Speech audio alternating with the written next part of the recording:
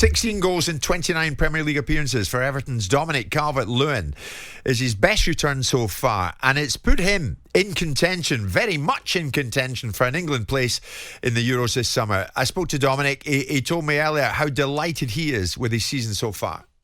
Yeah, absolutely. I'm happy, but still 4 games left, so I'm still hoping to score a few more. But I think at the start of the season, the standard I'd wanted to set and the level I'd set for myself, you know, I've come somewhere close to that. So I'm happy with how the season's going personally. But like I say, there's still a job to do with getting into Europe. You see, I love that, the level you set for yourself. So do you set the bar high for yourself, Dom? Yeah, and for me, I think it's only going to get higher because, you know, I believe in myself and I believe in my ability. So I think that's how you improve and you get better year on year. So for me, my main objective is to score one more goal than I did the season before, you know, because that's an improvement. So I've done that and scored a few more this season. So it'll be the same again next year. I love it that Carlo Ancelotti's at your club. You're too young to remember when he played for Milan with Hullet, Van Basten, Rijkaard. I loved watching him, Dom. What a player, but also what a manager. How much of an influence is he on you?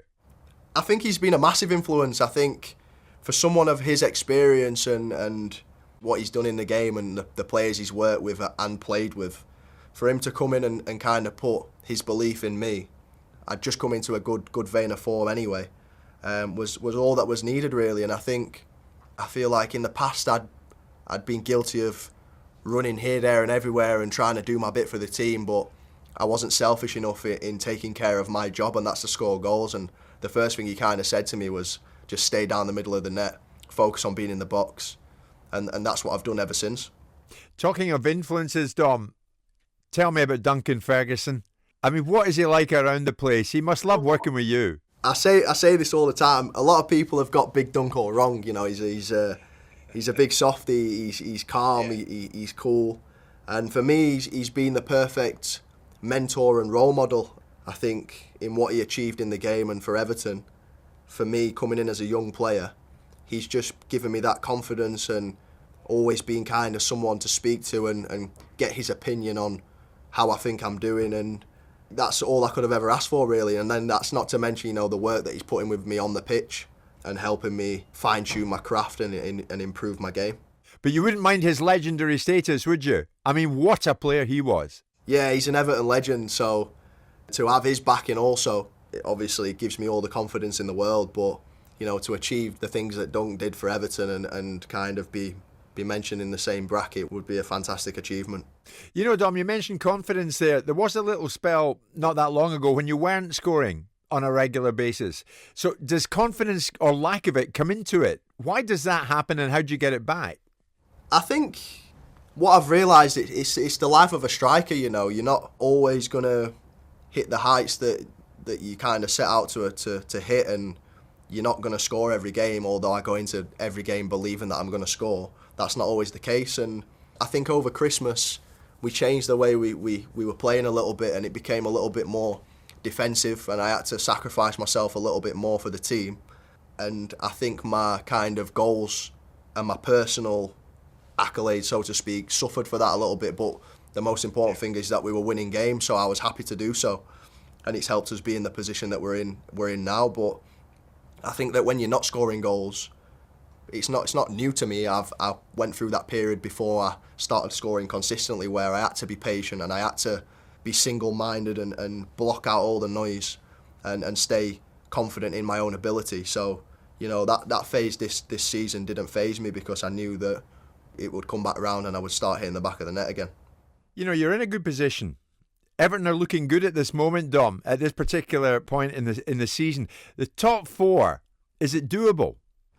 I think the top 4 we're relying on other results, but I definitely think if we go and win the remaining games that we've got, it gives ourselves the best chance of finishing in the top 4. But obviously it's in our hands to be able to finish in Europe in top 6, so I think we have to aim as high as possible, but the aim from the start of the season has definitely been to finish in Europe. You would love Champions League football, Dominic. I mean, what player wouldn't? I mean, do you dream about that? And how close do you think Everton are to becoming regulars in the Champions League. Is that around the corner? Can you see that happening in years to come? Definitely, I think everything's in place. The manager, the players, and the recruitment that's been made over the last season and a couple of seasons and what's yet to come. As a club, we're moving in the right direction. But Champions League, of course, it's a dream of mine to play in the Champions League and somewhere that I believe that I'm capable of playing. So I think everybody at Everton, players and club, fans, want to be in the Champions League. Yeah, here we are again, and 2 English clubs have done it. I mean, it's amazing, isn't it? It is, and it shows you the quality of what's going on in the Premier League now. I think the Premier League for me has gone up a gear. And, well, it definitely won't be the last time we see 2 English clubs in the Champions League final because of the quality that's in the Premier League nowadays. You know something, I was thinking Everton fans must love you because the commitment you give is so impressive. You must miss them, Dom. I mean, you must be so looking forward to welcoming Everton fans back. Yeah, for me, I can't wait, and it's that's been the only shame this season is that I've scored so many goals and they've not been here to celebrate it with me and give me that kind of that raw emotion and that feeling of when you do score a goal. And I realised that's why I play football. That's the best feeling in the world for me when you hit the back of the net and you hear 40,000 fans roar. You can't replicate that, so I've missed it a lot. And it's funny because I've been criticised in the past by Everton fans, and I've quite enjoyed my rise as an Everton player because I've enjoyed changing people's minds. I think I'm still might be yet to convince the old Everton dads, but I've still got some work to go. But I enjoy the battle, and it's what gets me out of bed in the morning. I think that's what drives me to prove people wrong and prove people right also. So I wouldn't have it any other way. So Dominic, you got your first goal for England. Obviously playing for England means a heck of a lot to you, I'm sure. What chance do you give yourself of making Southgate's squad? I think for me, just got to keep scoring. I think that was my goal from the last camp was if I continue to score, then I would give myself the best chance of being called up. For me, I have the view that you've never done enough until the squad is announced and you're in there. So I'm still working now like I was working the first day of the season to make sure I maintain a level of playing and keep scoring to be in the squad. Of course, it's a heck of a group, isn't it? The Czech Republic, Croatia, and many people's favourites in that group, Scotland. Your favourite, maybe. That's disgraceful. I mean, I can't wait for it. Can you? It's going to be great. You might be playing in it.